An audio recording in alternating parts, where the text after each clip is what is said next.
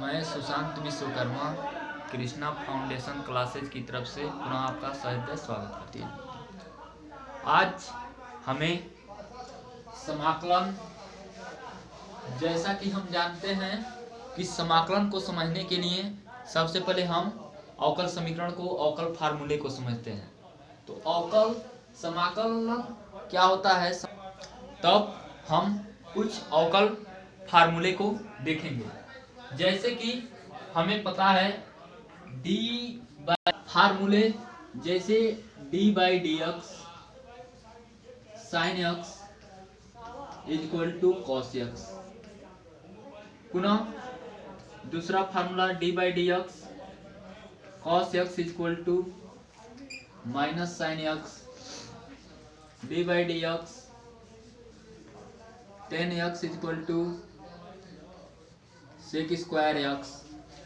D by D x cot x is equal to minus cosec square x. जैसा कि हमें पता है d by D x sine x का मान कॉस एक्स के बराबर, d by D x cos x का मान माइनस साइन एक्स के बराबर, d by D x tan x का मान सेक स्क्वायर एक्स के बराबर और d by D x cot x का मान माइनस कोसेक स्क्वायर एक्स के बराबर होता है।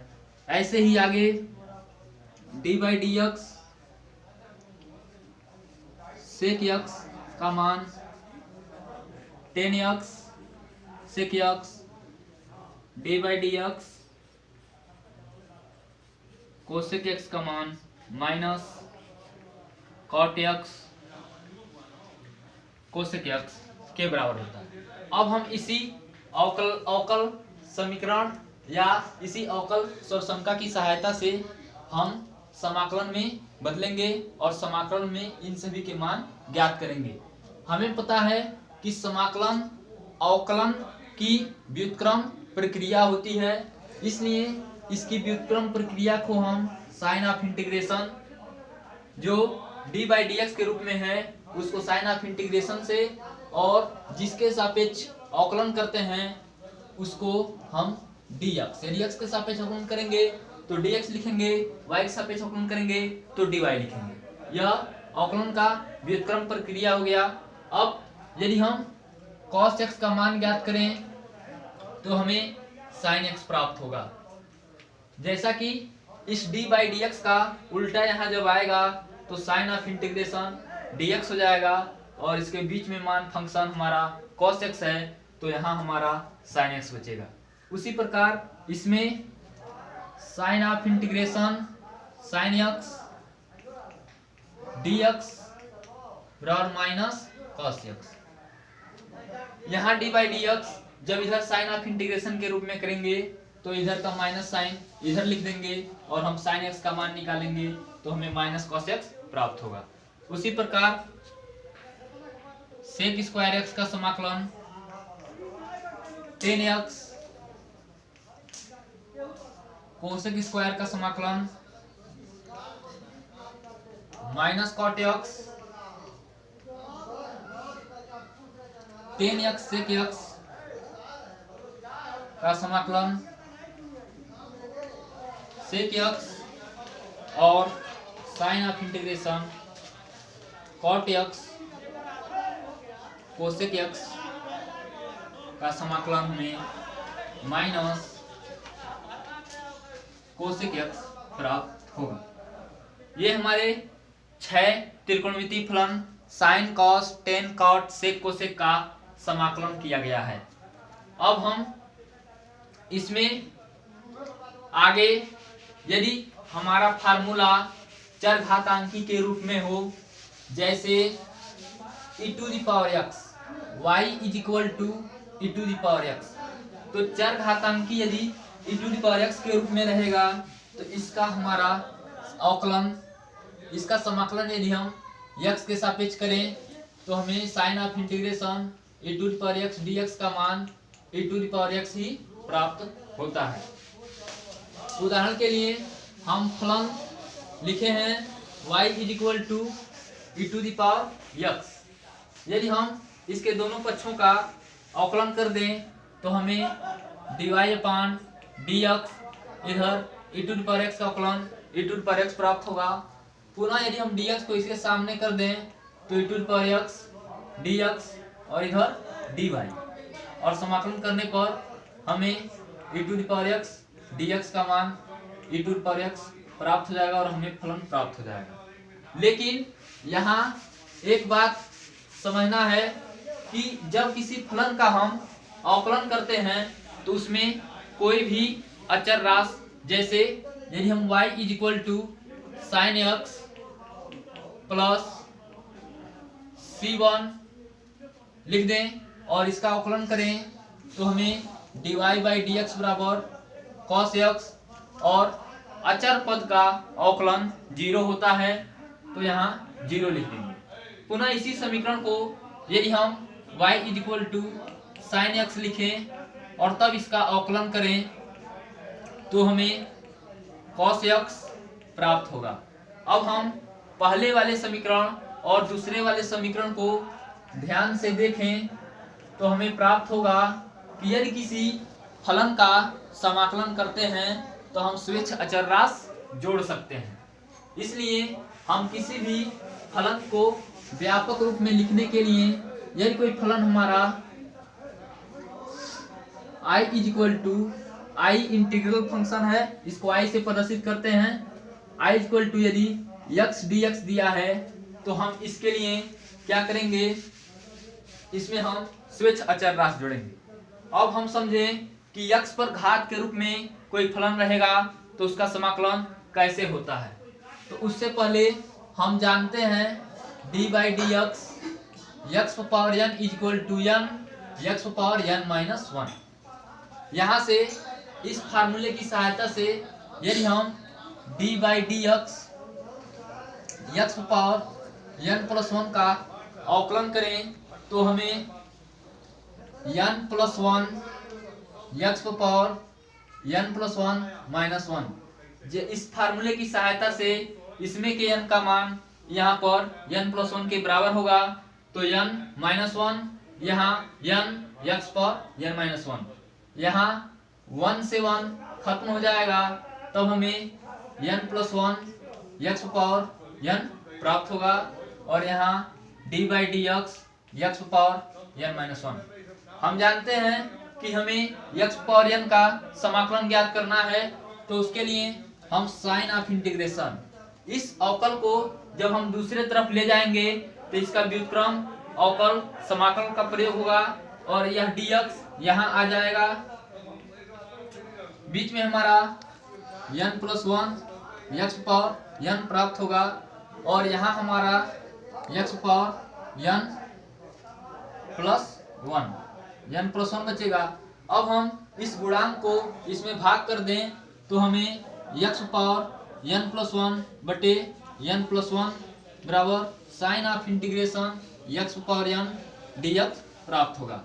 इसमें हमें एक बात का ध्यान देना है कि sign of integration 1/x dx का मान log x के बराबर होता है, क्योंकि d/dx log x = 1/x, यह d/dx इधर जाएगा sign of integration 1/x dx log x के बराबर होगा।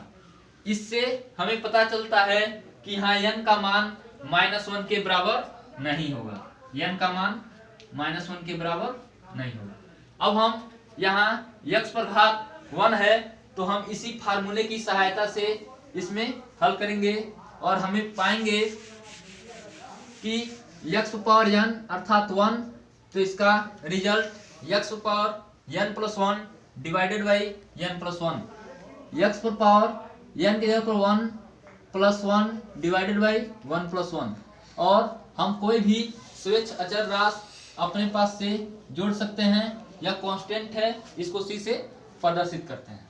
यही हमारा व्यापक हल हो गया। अब इसको हम हल करेंगे तो x² 2 + c, यही हमारा आंसर है। इसकी सहायता से हम सूत्रों का निगमन कर सकते हैं। आइए और कुछ सूत्र देखते हैं। अब हम किसी अचर पर फलन, यदि कोई अचर का घात फलन के रूप में हो, उदाहरण के लिए I बराबर sign of integration A to the power x D x. यहाँ ए कोई अचर है, ए अचर है, यक्स हमारा फलन है, यक्स के सापेक्ष समाकलन करना है। हमें पता है कि D by D X A to the power X is equal to A to the power X into log A. यहां से हमारा यह अवकलन जब इधर जाएगा तो sign of integration A to the power X log A D x, यहाँ अवकलन है, जब यहाँ चला जाएगा तो यहाँ केवल फलन बचेगा और हमारा फलन ए टू द पावर एक्स बचेगा। हमें A to the power x का समाकलन ज्ञात करना है, इस लॉग ए से इसमें भाग कर देंगे, हमें प्राप्त होगा A to the power x D X is equal to A to the power X divided by log A. अर्थात यदि हम A to the power x D x का समाकलन करते हैं तो हमें A to the power X upon log A प्राप्त होता है और हम कोई स्वेच्छ अचर राशि अपने पास से जोड़ देते हैं। इसके बाद हम किसी इनवर्स के रूप में फलनों को ज्ञात करेंगे, उनका समाकलन क्या होता है, तब हम इसी सूत्रों की सहायता से प्रश्नों को हल करेंगे। अब हमें पता है कि D by D x sign inverse x का मान 1 रूट में 1 माइनस यक्स स्क्वायर। यहाँ से यह अवकल जब इधर जाएगा तो समाकल के रूप में परिवर्तित हो जाएगा, तब हम इसे sign of integration 1 upon root में 1 minus x square D x, तब यहाँ हमारा केवल फलन साइन इनवर्स यक्स बचेगा, साइन इनवर्स यक्स, और हम कोई भी अचर राशि जोड़ सकते हैं। पुनः d by D x cos inverse x is equal to, हमें यही मान नेगेटिव साइन के साथ प्राप्त होगा और पुनः इसका समाकलन हम अर्थात यदि आपको 1 अपान रूट में 1 माइनस एक्स स्क्वायर दिया रहेगा तो उसका समाकलन साइन इनवर्स एक्स लिख सकते हैं। यदि माइनस साइन के साथ 1 अपान रूट में 1 माइनस एक्स स्क्वायर दिया रहेगा तो उसका आप माइनस 1 अपान रूट में 1 minus X square D x का cos inverse x plus C ऐसे लिख सकते हैं। इसको आप चाहें तो pi by 2 minus cos inverse X अर्थात minus cos inverse x plus C, कोई दूसरा अचर राशि C1 और इसको minus sine inverse x plus C1 के रूप में भी लिख सकते हैं। ये दोनों मान सही है क्योंकि हमें पता है sine inverse x plus cos inverse x is equal to pi by 2, ये हमारा फार्मूला। अब आगे हम डी बाई डी एक्स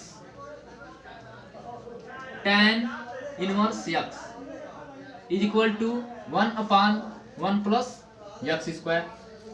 अब हम इसका समाकलन करें तो हमें 1 upon 1 plus x square D x का मान टेन इनवर्स एक्स प्राप्त होगा और हम अपने पास से प्लस अचर राशि सी कांस्टेंट जोड़ देंगे।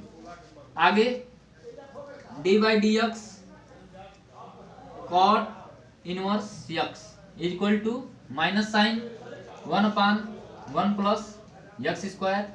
अब हम यदि minus sign 1 upon 1 plus x square का समाकलन करें तो हमें cot inverse x plus C प्राप्त होगा और हम शुरुआत की भांति हम इसको minus cot inverse x plus C1, इसको minus tan inverse x plus C1 के रूप में भी लिख सकते हैं। इसी प्रकार हम आगे d by D x sec inverse x का अवकलन 1 upon x root x square minus 1 होता है। हम इसको लिखेंगे sign of integration 1/x root x square minus 1 dx is equal to sec inverse x plus C. इस सेक इनवर्स x को हम cosec minus cosec inverse x plus C1 लिख सकते हैं। अब हम इसे d by D x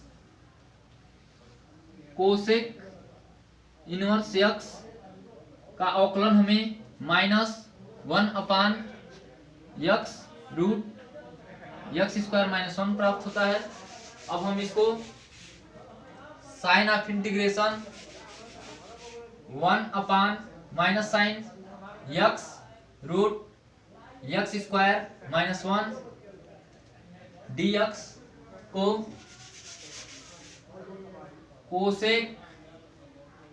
cosec inverse x plus C, या इस कोसेक इनवर्स x को x प्लस सी, इस कोसेक इनवर्स x को minus sec inverse x plus C1 के रूप में लिख सकते हैं, जहां यह C1 π/2 प्लस C के बराबर होगा, क्योंकि हमें पता है sec inverse x plus cosec inverse x is equal to π/2। हम कोसेक इनवर्स x के जगह पर π/2 माइनस सेक इनवर्स x लिखे हैं, तो π/2 माइनस सेक इनवर्स x, इस कोसेक इनवर्स x के जगह पर रखेंगे तो हमें π/2 प्लस c मिलेगा। इस अचर को हम नया कांस्टेंट C1 लिख लिए हैं। अब हम इसी सूत्रों की सहायता से कुछ सवाल हल करेंगे। जैसा कि हम जानते हैं कि यदि किसी फलन का अवकलन, यदि कोई फलन